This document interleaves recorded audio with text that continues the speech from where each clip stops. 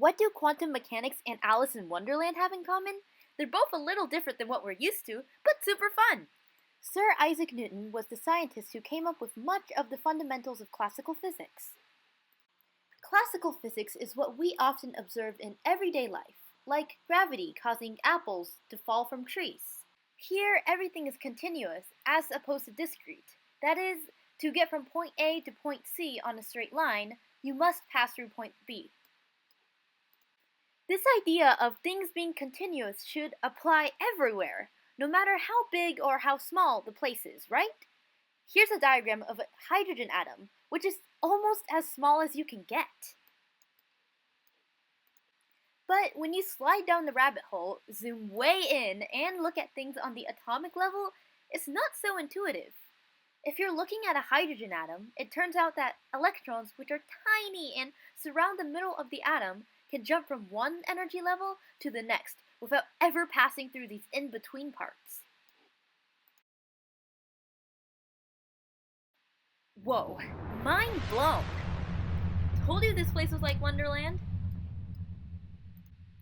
This is important because if there wasn't a lowest energy level at 1, then the electrons could get infinitely close to the center of the atom at the nucleus, losing all of their energy in the process, eventually spiraling into the much heavier nucleus and cause atoms to collapse, which means the end of chemistry as we know it. Cue the sad violin. The field of quantum mechanics was created to explain the seemingly impossible occurrence of discrete, not continuous, energy levels. This idea leads to an equation that describes the probability that an electron is at a certain energy level at some given time. This is known as the Schrödinger equation. Whoa! Unfortunately, I don't have enough time to explain this entire thing, and completely understanding what's going on here requires knowledge of calculus and complex numbers. The important thing to know is that this little trident symbol is the wave function, which models the behavior of an electron. This is a diagram that shows us the probability of where the electron is.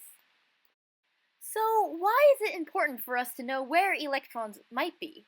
It turns out that solutions to Schrödinger's equation give us descriptions of not only super small subatomic systems, but also very large systems, like maybe even the entire universe. For example, Schrödinger himself used this equation to come up with a theory about multiverses, which are basically parallel universes, which means you really can eat your cake and have it too. Thank you so much for joining me in the quirky, awesome wonderland of quantum mechanics today.